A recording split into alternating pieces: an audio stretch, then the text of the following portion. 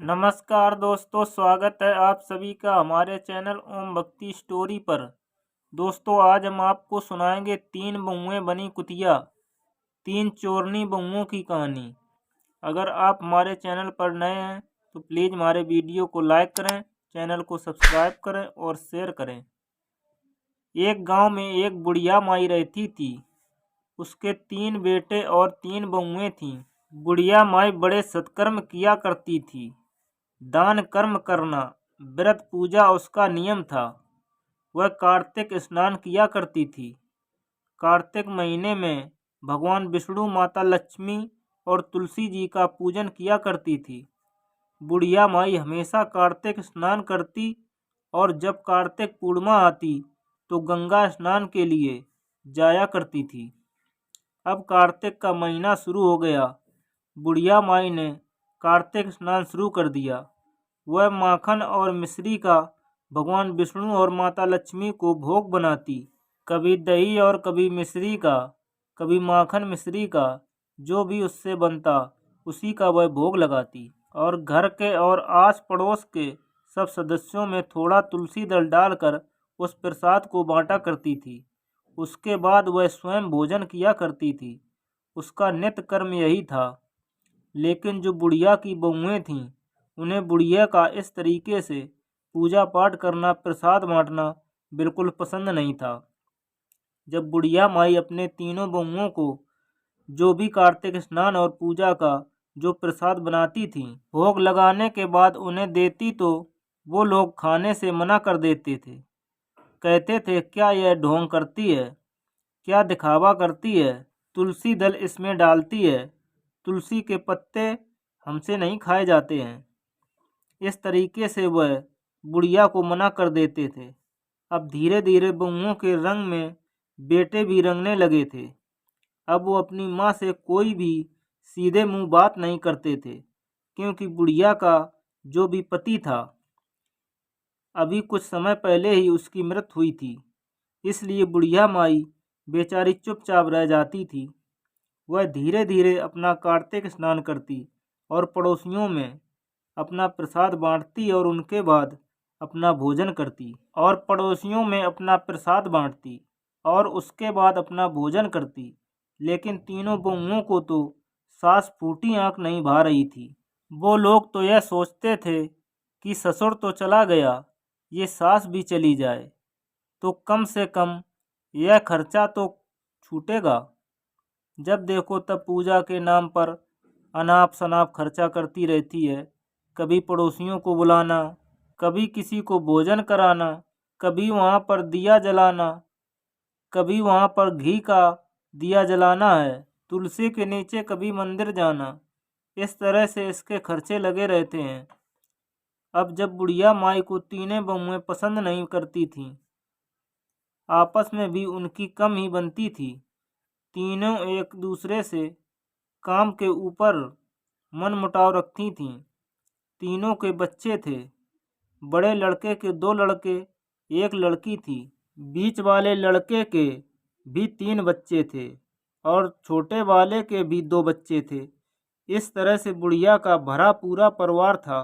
लेकिन अपना कहने और अपना दुख समझने वाला उसे पूरे परिवार में कोई नहीं था। अब बहुओं ने आपस में ठान ली और अपने अपने पतियों के कान भरने शुरू कर दिए कि देखो जी, अब बंटवारा हो जाना चाहिए। हम लोग अलग रहेंगे तो बच्चों की अच्छे से परवरिश कर पाएंगे। अगर एक साथ रहेंगे तो ना तो बच्चों की परवरिश होगी और माँ का खर्चा अलग से लगता रहेगा। इनका अनाप शनाप खर्चा करें या बच्चों को पालें। बड़े भाई साहब के बच्चे तो बड़े हो रहे हैं, मंझले वाले के भी बड़े हैं, हमारे बच्चे छोटे हैं। हमें अभी बहुत मेहनत करनी है, अपने बच्चों को पढ़ाना लिखाना है। छोटे बहू अपने पति के कान भर रही थी। उधर से मंझली वाली भी अपने पति को कहने लगी, देखिए जी, अब बंटवारा हो जाना चाहिए। अपनी मर्जी से रहेंगे, कहाँ क्या खर्चा करना है, क्या नहीं करना है, क्या बनाना है, क्या खाना है। किसी की टोका टाकी अब हमसे बर्दाश्त नहीं होती है। इसलिए जो अपना मन करेगा वह हम बनाएंगे, खाएंगे और अपने बच्चों के साथ रहेंगे। उधर बड़ी बहू भी कहने लगी, देखिए जी, अब हमारा बंटवारा होना चाहिए। बच्चे बड़े हो रहे हैं, कल को इनकी विवाह शादी करनी है, काफ़ी सारे खर्चे हैं। ऐसे ही कमाते रहे और छोटे भाइयों और अपनी माँ का पालन पोषण करते रहे तो हो लिया हमारे बच्चों का भविष्य सुरक्षित। देखिए, अब बंटवारा होना चाहिए। तीनों भाई पत्नियों के कहने में आकर शुरू हो गए कि हाँ, हमें बंटवारा करना चाहिए। गांव के पंचों को बुलाया गया बंटवारा करने के लिए। तीनों बहुएं खड़ी हो गईं साथ में, ताकि जो भी बंटकर हिस्सा आएगा उसे अपने अपने कमरे में रख लेंगे। यानी घर के 4 हिस्से हुए, 3 बेटों के लिए, 1 बुढ़िया के लिए। और ऐसे ही जो घर में जितना सामान था उनके 4 हिस्से हुए, 3 बेटों के, 1 उनकी माँ का। लेकिन फिर भी माँ को हिस्से में थोड़ा कम दिया गया, क्योंकि वह अकेली थी, उसे ज़्यादा की ज़रूरत नहीं थी। वो बेटों के बच्चे थे और भरा पूरा परिवार था। पंचों ने कहा कि देखिए, अपनी माँ को जो रखेगा वह अपनी माँ का हिस्सा भी बरतेगा। छोटी बहू ने तो साफ मना कर दिया कि एक कमरे में हम क्या कर लेंगे, उल्टा इसके लिए कमाकर इसको खिलाना पड़ेगा। उल्टा इसके इतने खर्चे हैं, इसकी पूजा के लिए 2-4 किलो घी खर्च करना पड़ता है, इसे बनाकर खिलाना पड़ेगा। कहाँ तक इसके नखरे झेलेंगे। देखिए जी, अपने बच्चों का काम मुझे बहुत है, मैं तो बुढ़िया को रखूँगी ही नहीं। बड़ी छोटी बहू ने बिल्कुल मना कर दिया। फिर मंझली बहू से पूछा गया। मंझली बहू ने भी यही जवाब दिया, देखिए, मुझे बुढ़िया को नहीं रखना है, क्योंकि वह तो शुरू से ही बुढ़िया को पसंद नहीं करती थी। बड़ी बहू ने भी साफ साफ मना कर दिया। अब बेचारी बुढ़िया अकेली रह गई। पंच अपना फैसला सुनाकर अपने अपने घरों को चले गए। सब बहुओं ने अपना अपना सामान अपने अपने कमरों में रख लिया। बेचारी बुढ़िया के हिस्से में जो झोपड़ी आई थी, जो घर के बाहर बनी हुई थी, वह उसी में रखने लगी और अपना सोचने लगी कि 3-3 बेटों का मैंने और मेरे पति ने कितने लाड़ प्यार से इनका पालन पोषण किया। 9 महीने इनको पेट में रखा, अपनी छाती का दूध इन्हें पिलाकर बड़ा किया, और आज जब मैं वृद्ध हो गई हूँ, मेरे हाथ पैर जवाब नहीं दे रहे हैं कि मैं अपने लिए कोई काम नहीं कर सकती, यानी कि मैं कोई कमाकर नहीं खा सकती। जब मेरी जिम्मेदारी मेरे बेटों को उठानी चाहिए तो मेरे बेटे बहुओं ने मुझसे मुंह मोड़ लिया है। हे प्रभु, मैं तुम्हारी पूजा करती हूँ, तुमसे मैंने कभी कुछ नहीं मांगा। क्या मेरी किस्मत में यही दुख लिखा था? मेरा भरा पूरा परिवार होते हुए भी मुझे बेसहारा अनाथ की तरह छोड़ दिया। अब बुढ़िया माई की आंखों से आंसू नहीं रुक रहे थे। वह बेचारी रोए जा रही थी और भगवान से शिकायत किए जा रही थी। उधर 3 बहुएं बड़ी खुश थीं कि चलो बंटवारा हो गया, अपनी मर्जी से पकवान बनाएंगे, बच्चों को खिलाएंगे और खुद मज़े से रहेंगे। वहाँ तो बुढ़िया का इतना काम करना पड़ता था। कभी बुढ़िया के कपड़े धो, कभी बुढ़िया के लिए खाना बनाओ, कभी बुढ़िया की सेवा करो, हाथ पैर दबाओ। अरे भाड़ में जाए बुढ़िया, हमारे लिए तो मर जाए तो ही अच्छा है। कम से कम इस कमरे का हिस्सा भी जो है बाहर, वह भी हमें मिल जाएगा। अब बेचारी बुढ़िया के हिस्से में खाने का जो सामान था वह भी थोड़ा आया था, थोड़ा सा आटा, दाल, चावल। अब बेचारी कैसे पकाए, कैसे चूल्हा जलाए, क्योंकि वह वृद्ध हो चुकी थी। अब बेचारी रोने लगी। तभी उसने देखा एक कोई नौजवान था, बड़ा ही हष्ट पुष्ट, जिसके चेहरे पर तेज झलक रहा था, क्योंकि कार्तिक का महीना चल रहा था और बुढ़िया कार्तिक स्नान करती थी।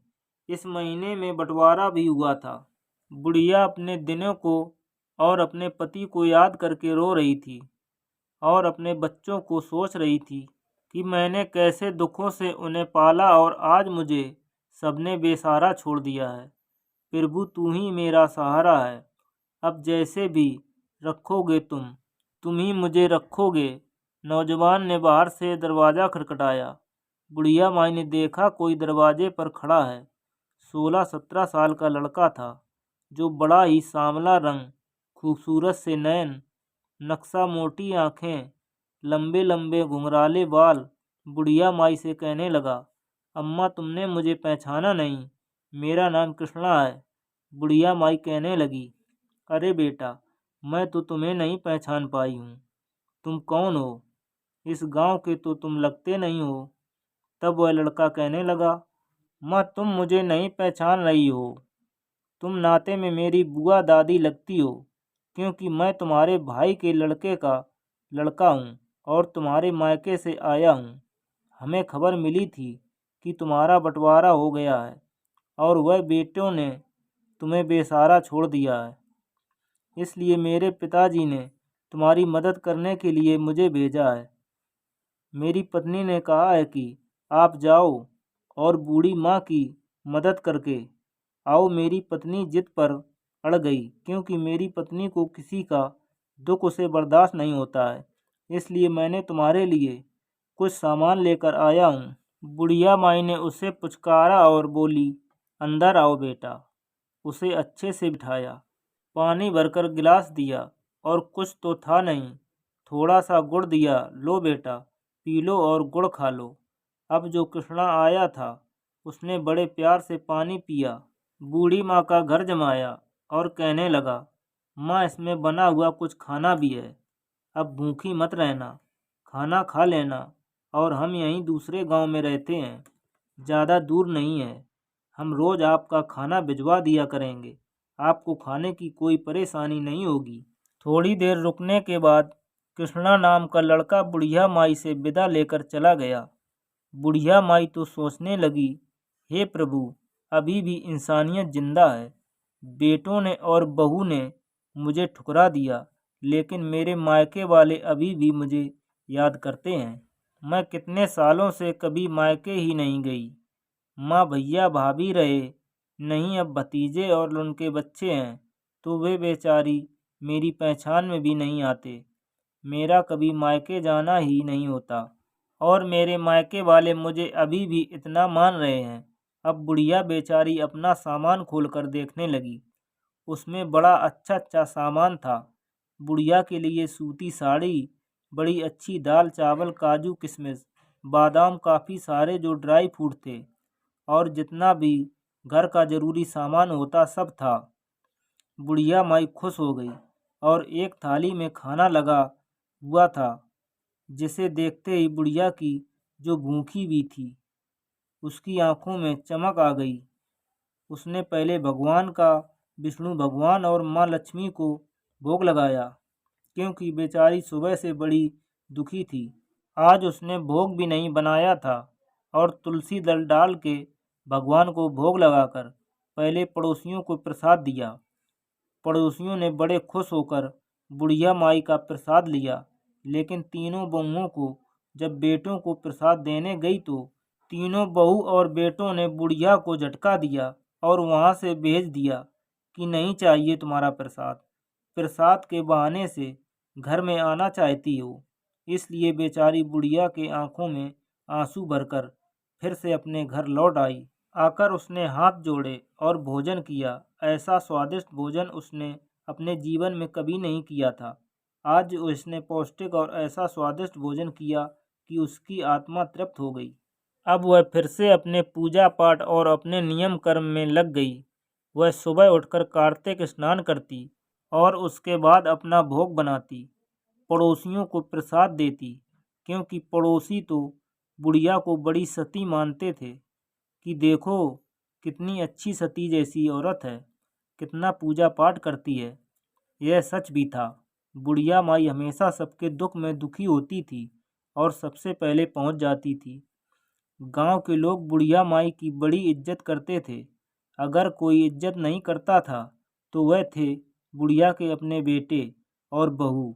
अब बुढ़िया के घर में किसी चीज़ की कमी नहीं थी। बुढ़िया को अच्छा अच्छा खाना मिलने लगा तो बुढ़िया का शरीर थोड़ा तंदुरुस्त होने लगा।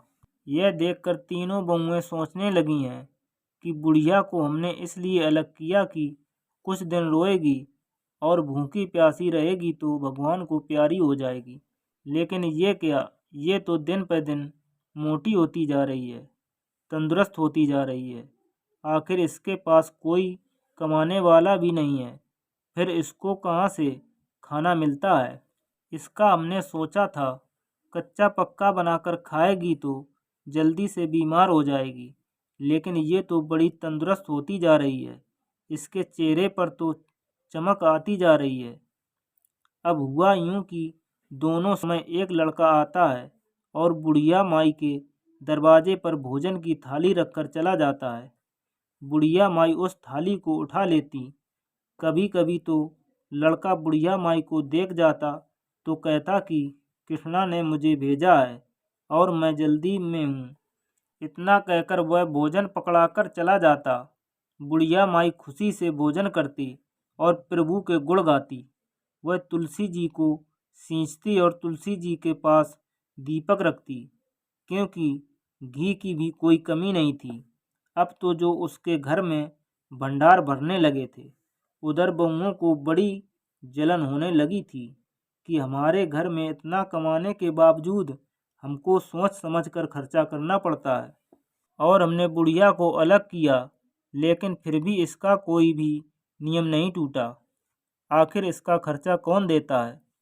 अब तीनों बहुएं सोचने लगीं कि दाल में जरूर कुछ काला है, कुछ तो करना पड़ेगा।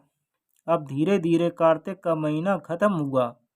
बुढ़िया माई बोली कि मुझे तो गंगा स्नान के लिए जाना है। अपने अड़ोसी पड़ोसियों से पूछा तो 8-10 पड़ोसी भी इकट्ठा हो गए, क्योंकि कार्तिक पूर्णिमा थी और कहते हैं कार्तिक पूर्णिमा में गंगा स्नान करने का बड़ा महत्व था। गढ़गंगा का मेला लगा हुआ था और बूढ़ी माई तो अपना चलती गंगा स्नान के लिए अपनी ज़रूरत का सामान उसने लिया और पड़ोसियों से बोली, भैया देखो, हम तो 2-4 दिन गंगा किनारे रहेंगे, गंगा में स्नान करेंगे और अपना अच्छे से मेला घूमकर और मैया रानी के दर्शन करके आएंगे। अब हमें कोई चिंता नहीं है, ना तो परिवार की है और ना खाने कमाने की है। प्रभु जो करते हैं अच्छे के लिए करते हैं। अब बुढ़िया अपने पड़ोसियों के साथ, क्योंकि कहते हैं जैसी संगत वैसी ही सोच हो जाती है, पड़ोसियों की भी सोच बुढ़िया को देखकर बदल रही थी। वह भी भक्त भाव में डूबने लगे थे, लेकिन नहीं बदल रहे थे तो बुढ़िया के अपने बेटे और बहू, वो बस हमेशा साजिश रचते रहते थे। वह चाहते थे कि कैसे भी करके बुढ़िया को दुखी किया जाए, लेकिन जिसका परमात्मा, जिसके साक्षात भगवान विष्णु और माता लक्ष्मी साथी हों, जिसकी मदद करते हों, भला उन्हें कौन दुख दे सकता है। यही बुढ़िया के साथ था। बुढ़िया माई गंगा स्नान के लिए गई और मेला घूमने सुबह 4 बजे उठकर जो गंगा स्नान करती और अपना कार्तिक का पारण करती, वहीं पर उसने जो ब्राह्मणों को अच्छे से भोजन करवाया और दान दक्षिणा दी। दान दक्षिणा देने के बाद कई दिनों वहाँ पर रही। इधर क्या हुआ कि बुढ़िया की तीनों बहुओं ने सोचा कि बुढ़िया तो चली गई गंगा स्नान के लिए, अब चलो देखते हैं आखिर माजरा क्या है। आज बुढ़िया के घर की तलाशी लेते हैं। तीनों बहुएं बुढ़िया के घर में गईं तो क्या देखती हैं, बुढ़िया के घर में तो किसी चीज़ की कमी नहीं है। बादाम, काजू, अचार के डब्बे भरे रखे हैं, घी का डब्बा भरा रखा है। बुढ़िया की बहुएं सोचने लगीं, अरे यह बुढ़िया तो बड़ी चालबाज निकली। इसने तो हमारे घर के धीरे धीरे चोरी करके पहले ही अपना सामान इकट्ठा कर रखा था, ताकि जब बंटवारा की नौबत आएगी तो आराम से बैठी खाएंगी। हमने तो कभी इस कमरे में देखा ही नहीं था। यहाँ तो देखो कितने डब्बे भरे रखे हैं, किसी चीज़ की कोई कमी नहीं है। हमारे घरों में तो इतना सामान भी नहीं है। दाल, चावल, अनाज देखो, किसी भी चीज़ की कोई कमी नहीं है। और इतना आया तो आया कहाँ से? जरूर बुढ़िया ने पहले से ही जरूर इसने कोई घोटाला करके रखा है। इसने सोचा हमारी नज़रों से बच जाएगी। बड़ी बहू कहने लगी, मैं तो जंगल चली जाती थी, खेतों में काम करने के लिए। मंझली बहू कहने लगी, मैं तो गौशाला जाती थी जानवरों को दाना पानी देने के लिए और उनका गोबर वगैरह साफ करने के लिए। छोटी बहू कहने लगी, मैं घर में थी लेकिन मैं चूल्हा चौका करती थी। मैंने कभी बुढ़िया पर ध्यान नहीं दिया कि यह इतनी मक्कार बुढ़िया होगी और चोरी करके अपना घर भर रही होगी। यह जानती थी कि बंटवारा होगा, इसलिए हम तो इसके मंसूबों को जान ही नहीं पाए। देखा नहीं बंटवारा के समय कैसे चुपचाप बैठी थी, कुछ नहीं बोल रही थी। अब समझ में आ गया, अब इसे अच्छे से मजा चखाएंगे। और तीनों बहुएं सामान को झोली भर भर कर अपने घरों को ले जाने लगीं। लेकिन सामान था जो खत्म होने का नाम ही नहीं ले रहा था। अब जब उन्होंने देखा कि बादाम छुहारे भरे रखे हैं तो तीनों की तीनों खाने बैठ गईं और कहने लगीं, इसीलिए कहें कि बुढ़िया के चेहरे पर इतना तेज कहाँ से आता जा रहा है, कैसी तंदुरुस्त होती जा रही है। पहले तो इसको खाना मिलने के बाद भी रोज कराती रहती थी, मुझे ये हो रहा, मुझे वो हो रहा, कोई काम नहीं करती थी। तीनों बहुएं सब करने के बाद जैसे ही बच्चों को बुलाकर सामान देने लगीं और उन्होंने काजू बादाम खाए और देखा उनमें तुलसी के पत्ते पड़े हुए हैं। उन तुलसी दल को उन्होंने निकाल कर बाहर नाली में फेंक दिया। कहने लगी, बड़ी टोटके करती है, वैसे टोटका करना तो इतना जानती है, सब चीज में तुलसी का दल डालकर रखा है। हमें तुलसी दल पसंद नहीं है, ना इसलिए कभी पीछे से हम ना आए, बहुएं सामान ना ले जाएं, इसलिए सभी चीज में तुलसी दल डाल देती है। उन्होंने जैसे ही तुलसी दल नाली में फेंका तो क्या देखा कि तीनों बहुएं कुतिया बन गईं। उनके बच्चे चिल्लाने लगे, अरे मम्मी तो कुतिया बन गई, अरे मम्मी को क्या हो गया। बच्चे रोने लगे कि हमारी माँ को क्या हो गया। तीनों की तीनों कुतिया बन गईं। पड़ोसी इकट्ठा होने लगे, अरे ये क्या हो गया, बुढ़िया की बहुएं कुतिया कैसे बन गईं। सारे गांव में हल्ला मच गया। बड़ी अनहोनी बात हुई थी, आज तक किसी के साथ ऐसा नहीं हुआ था। अब शाम को जब तीनों बेटे काम से आए तो बच्चे रो रो कर कहने लगे, पापा माँ कुतिया बन गई है। पहले तो उनको पता नहीं था। जब कुतिया घर में गई तो उनके पतियों ने डंडा लेकर उन्हें भगाना चाहा, लेकिन वे भौंकने लगीं, अपनी भाषा में कहने लगीं कि हम कुतिया नहीं हैं, हम तुम्हारी पत्नी हैं। लेकिन वह तो समझ नहीं पा रहे थे। तभी बच्चे रोते हुए बोले, पापा ये कुतिया नहीं है, ये तो हमारी माँ है। बच्चों ने सारी बात अपने पिता को बताई।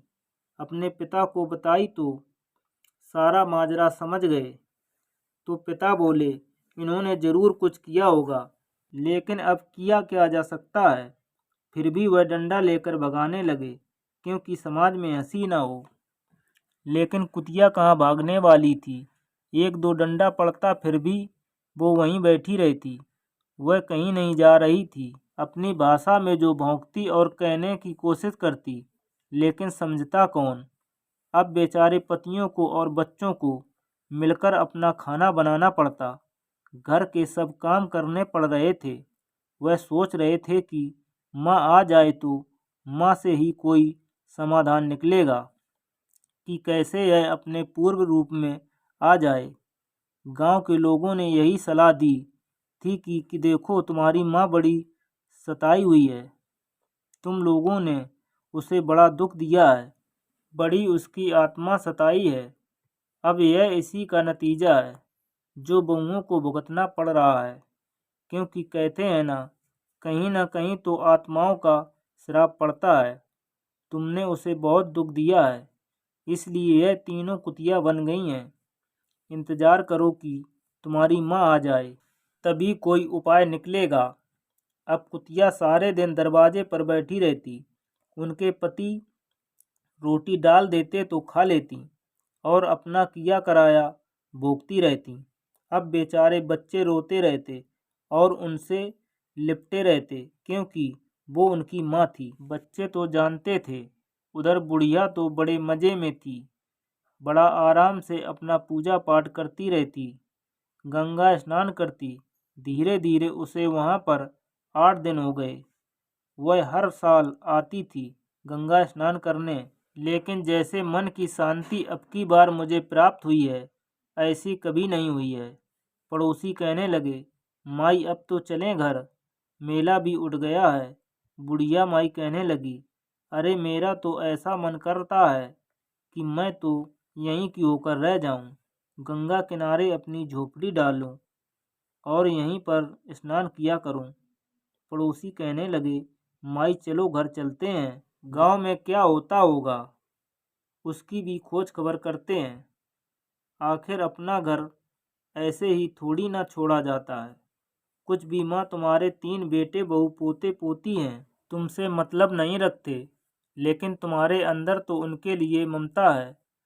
दूर से ही सही, तुम उनकी खुशहाली चाहती हो। चलो देख लेते हैं चलकर। बुढ़िया माई पोते पोतियों का नाम सुनकर उनकी आंखें भर आईं। दिल पसीज गया। वह तो चाहती थी कि कब जाकर अपने पोते पोतियों को गले लगा लूं, कब जाकर उन्हें देखूं। अब वह गांव में आ गई। गांव में आते ही जब उन्होंने गांव के अंदर कदम रखा तो तभी गांव में हल्ला मचा हुआ था। किसी ने बुढ़िया माई को बताया, अरे बुढ़िया माई, तुम तो मेला घूमने गई थीं और तुम्हारे पीछे इधर तुम्हारी 3 बहुएं कुतिया बन गईं। यह सुनकर बुढ़िया को बड़ा आश्चर्य हुआ कि ये कैसे हो गया। बुढ़िया माई सीधे घर आई। तीनों बेटे बुढ़िया माई के पैर पकड़कर रोने लगे, अम्मा हमें माफ़ कर दो, हमसे गलती हो गई, हमने तुम्हारे साथ बड़ा अत्याचार किया, हमें हमारे कर्मों की सज़ा मिल गई। बुढ़िया माँ का तो कलेजा पसीज गया। तुरंत अपने बच्चों को उसने अपने सीने से लगा लिया। बेटे रोते रहे, पोते पोतियाँ रोते रहे। बुढ़िया उन्हें ढांढस बंधाती रही और कहने लगी, कोई न कोई तो भगवान जरूर उपाय बताएंगे। भगवान की मर्जी के बिना कुछ नहीं होता है, जरूर कुछ न कुछ उपाय प्रभु देंगे। अब बुढ़िया माई घर में रहने लगी अपने बेटों के साथ, और कुतिया भी कूं कूं करके बुढ़िया के कदमों में आकर बैठ जाती, क्योंकि अब वे इंसानी भाषा तो समझती नहीं थीं, अपनी भाषा ही तो नहीं समझा पाती थीं, लेकिन वो तो क्या बातें हो रही हैं, क्या नहीं सब समझती थीं। अपनी करनी का उन्हें पछतावा हो रहा था कि कैसे उन्होंने एक साध्वी जो कि पूजा करने योग्य है, बुढ़िया जो कि कार्तिक स्नान करती थी, उनको दुखी किया, और कार्तिक के प्रकोप के कारण जो उन्हें यह दुख भोगना पड़ रहा था, उनकी समझ में आ रहा था। बुढ़िया माई अब घर में रहने लगी। धीरे धीरे 2-4 दिन बीत गए। तभी बुढ़िया माई भी दिल से चाहती थी कि उनकी बहू ठीक हो जाए। वह अपने मन ही मन भगवान से प्रार्थना करती हैं कि हे प्रभु, अगर मैं सच्चे दिल से आपको मानती हूँ, आपकी पूजा करती हूँ, तो मेरी बहुओं को ठीक करने के लिए कोई उपाय बताओ। अब जब सच्चे दिल से प्रभु को पुकारा जाए तो भगवान भी पुकार जरूर सुनते हैं।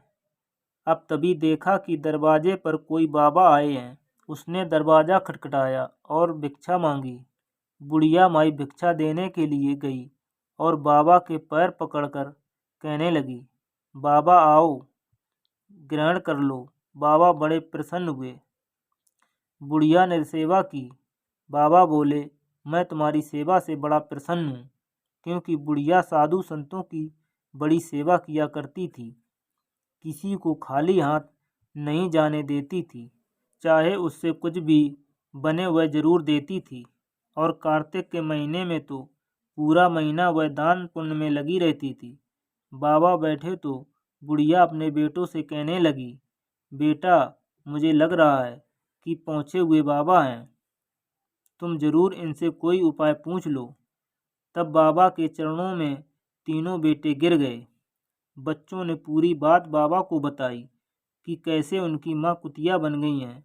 उन्होंने बताया कि दादी तो गंगा स्नान करने के लिए गई थीं और पीछे से माँ तीनों चाची और ताई मिलकर दादी के घर चोरी के इरादे से गई थीं।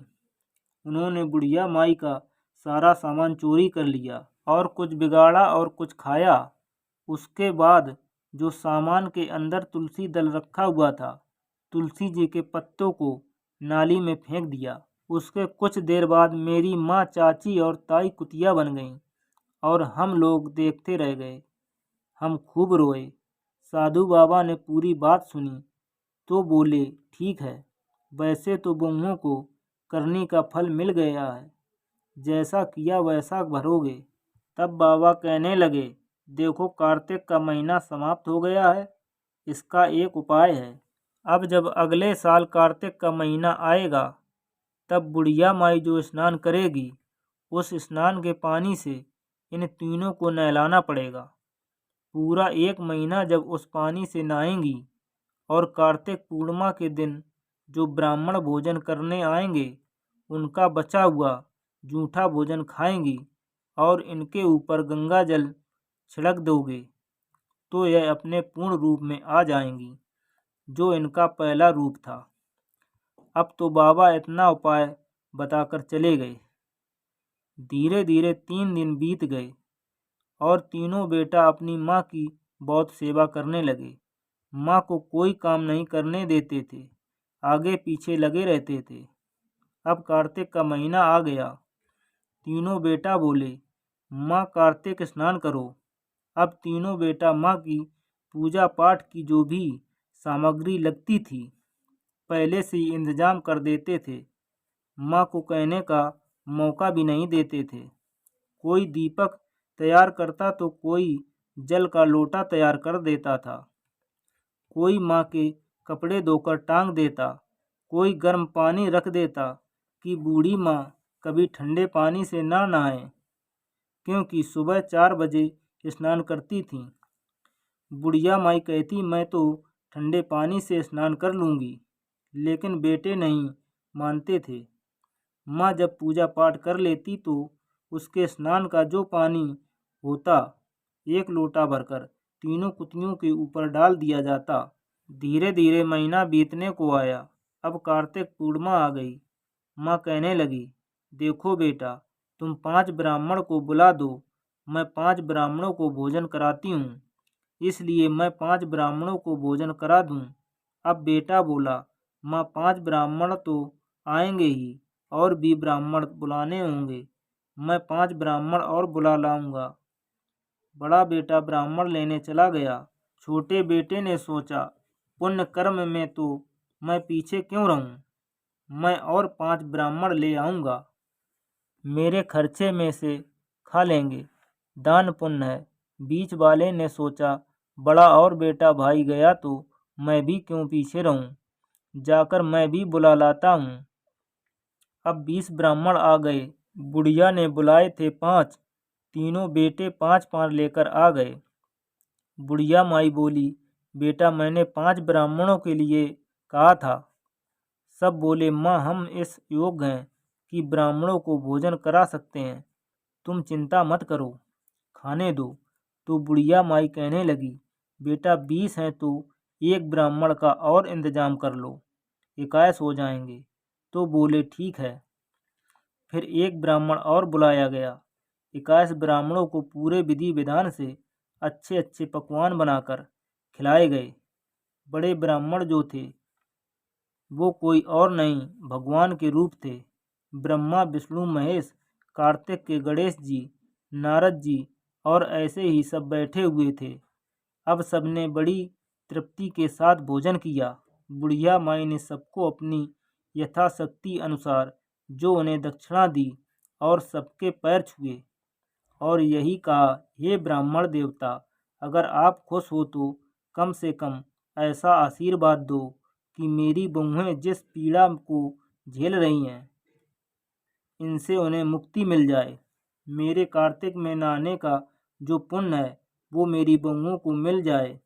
ब्राह्मण देवता बड़े खुश थे, कहने लगे, माँ चिंता मत करो, सब अच्छा होगा। ब्राह्मण अपने अपने घरों को चले गए। बुढ़िया माई ने जो ब्राह्मण थे उनका सब थोड़ा थोड़ा जो खाना बचा था उनकी जूठन को इकट्ठा किया और तीनों बहुओं को भोजन खिलाया। जो बहुएं नकारती थीं और प्रसाद तक नहीं ग्रहण करती थीं, आज वो ब्राह्मणों का जूठा भोजन खाने के लिए भी लालायत हो रही थीं। अब जो तीनों बहुएं थीं उनके सामने बराबर बराबर भोजन रखा गया। तीनों ने बड़े प्रेम से जीभ से चाट चाट कर भोजन खाया। उसके बाद जो ब्राह्मण भिक्षा लेने आया था उसने साधु बाबा की बातों को याद करते हुए उनके ऊपर गंगा जल छिड़का और गंगा जल छिड़कते हुए तीनों बहुएं अपने असली रूप में आ गईं और अपनी सासू माँ के पैरों में लिपट कर रोने लगीं। कहने लगीं, माँ हमें माफ़ कर दो, हमने तुम्हारे साथ बहुत बुरा किया। माँ अब हम तुम्हें कोई कष्ट नहीं देंगे, कभी किसी चीज़ की तुम्हें कमी नहीं होने देंगे और तुमसे कभी अलग नहीं होंगे। कार्तिक स्नान का इतना महत्व है, इतनी महिमा है, यह तो हमने अब जाना है कि कार्तिक का स्नान करने से कितना पुण्य मिलता है। तीनों बहुएं कहने लगीं, माँ अब हम भी तुम्हारे साथ कार्तिक स्नान किया करेंगे। बुढ़िया माँ तो खुश हो गई, उसे अपना भरा पूरा परिवार चाहिए था, वो उसे मिल गया। अब सारे पोता पोती दादी माँ के गले लिपटते रहते। कोई माँ के पास लेटने की जिद करता तो कोई दादी के हाथ पैर दबाता। बहू और बेटे एक बोल में तैयार रहते। कार्तिक भगवान की कृपा से बुढ़िया के दिन अच्छे आ गए। कार्तिक पूर्णिमा पर तीनों बहुएं सासू माँ को गंगा स्नान करवा कर लाईं और खुद भी गंगा स्नान किया। अब उनके घर में तरक्की होने लगी। हे विष्णु भगवान, हे माता लक्ष्मी, जैसे आपने बुढ़िया पर कृपा करी, वैसे ही जो यह कहानी कह रहे हैं और जो यह कहानी सुन रहे हैं, सब पर अपनी कृपा बनाए रखना। कार्तिक माता जैसे बहुओं को आईं, वैसे किसी को मत आना, सबकी मनोकामना पूरी करना। तो दोस्तों, अगर हमारी कहानी आपको अच्छी लगी हो तो प्लीज़ हमारे वीडियो को लाइक करें, चैनल को सब्सक्राइब करें और शेयर करें, कमेंट करें। धन्यवाद।